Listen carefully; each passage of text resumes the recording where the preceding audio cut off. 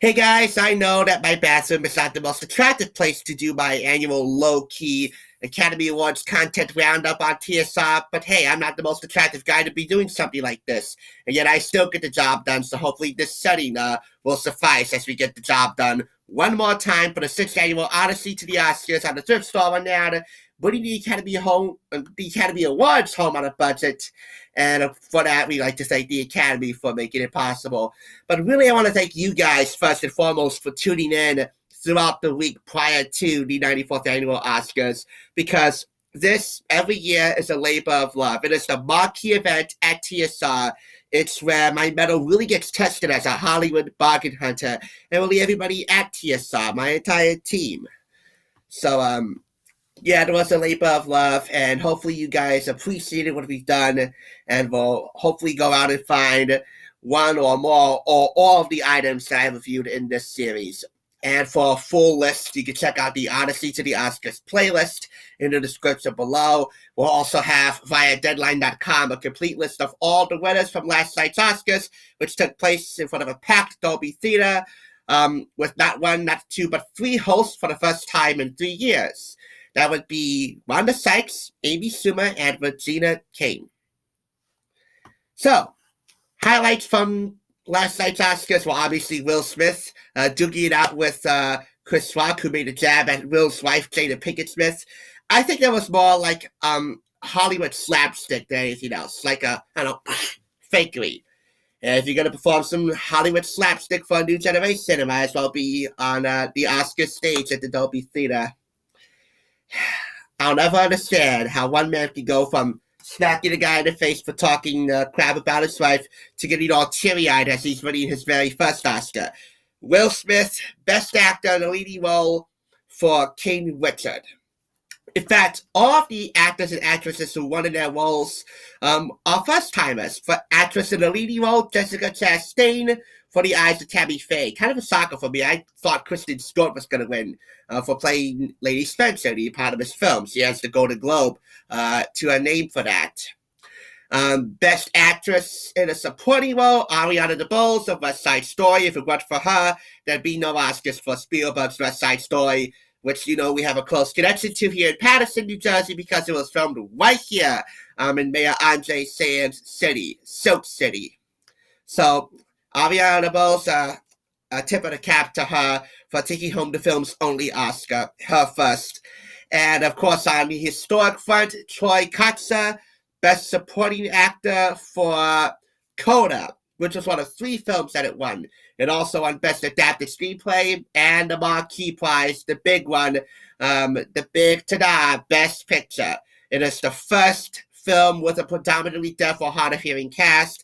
Troy Kotsur is deaf, to win that film.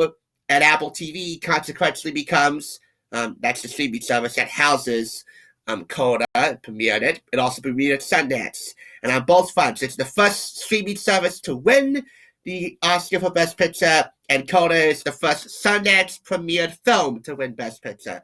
So on all fronts, even though it didn't have the most awards, it definitely has the most credit for me, who is a actually well-trained listener, not deaf at all.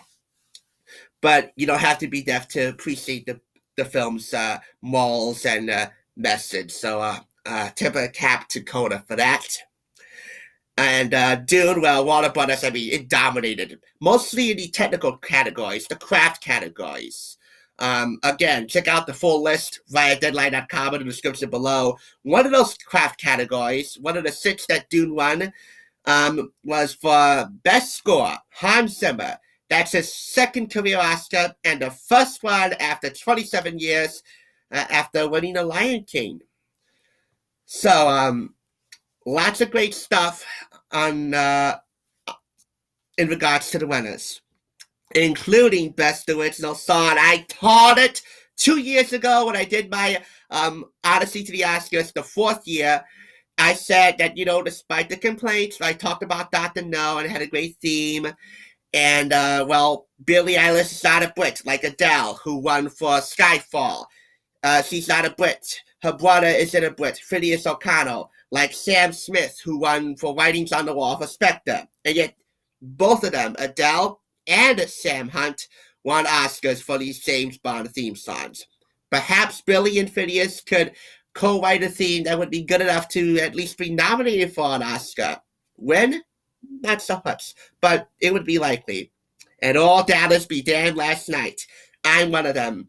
That Billie Eilish Ultimate Unofficial Fan Book, I now own that with pride.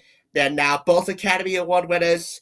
And correct me if I'm wrong, but Billie Eilish becomes the youngest recipient in that category and the first Oscar winner born in the 21st century. So I'm a proud Billie Eilish stan now. I'm a believer. Those two make me a believer.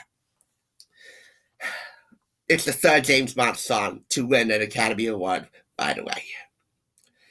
So those are my thoughts on the winners. Best looks of the night, it's a toss-up. For the red carpet itself, Zendaya on behalf of Dune. And slightly, if you really want to judge her wardrobe, on behalf of HBO's Euphoria, for which she won an Emmy Award. Sexy as hell. And for the Vanity Fair Oscar party, and yeah, I pay attention to the Vanity Fair Oscar party, I'm that kind of person, Emily Ratajkowski. On par with Zendaya, perhaps maybe edging it out just a bit. I reviewed her Cosmopolitan magazine years before on this channel. I don't have it anymore because I did a magazine cleanup not too long ago. Yet I still own more magazines than anyone's have to deal with. Oh well. Or perhaps maybe I do own that. I still keep it. Oh well. I'll have to take inventory. At least we still have the review. But Emily Ratajkowski, if she wasn't married. Oh.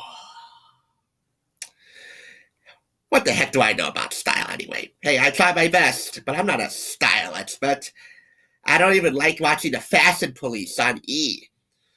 But what are you gonna do?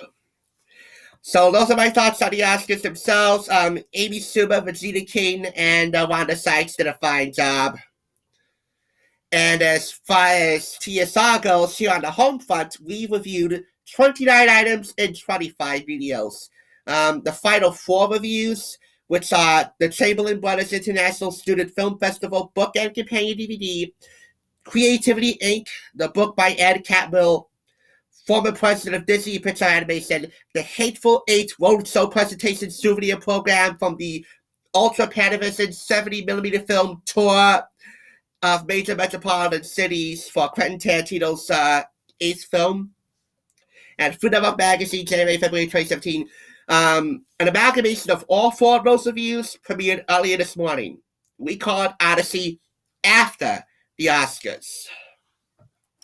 That is a one-time thing because, really, there was so much stuff in this iteration of OTTO that I just couldn't fit it all into the week prior to the Oscars. So I had to go overtime. And I'm pleased with my decision. Hopefully you enjoyed it. But for me, for now, that's going to be it. Boy, when my allergies act up, if I talk for a prolonged period of time, my nose starts to run. To the TSR team, outstanding job. And I have to say, it's also the first year of OTTO that we were able to incorporate the Romero Roundup. My bestie, TSR's right-hand man, David Romero.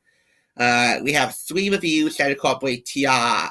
And again, you'll see all of them in the Odyssey to the Oscars playlist below. And again, not only do we want to thank the Academy, but especially we want to thank you guys so much for tuning in. And as always, until next year, I'll catch you on the flip side. Stay golden.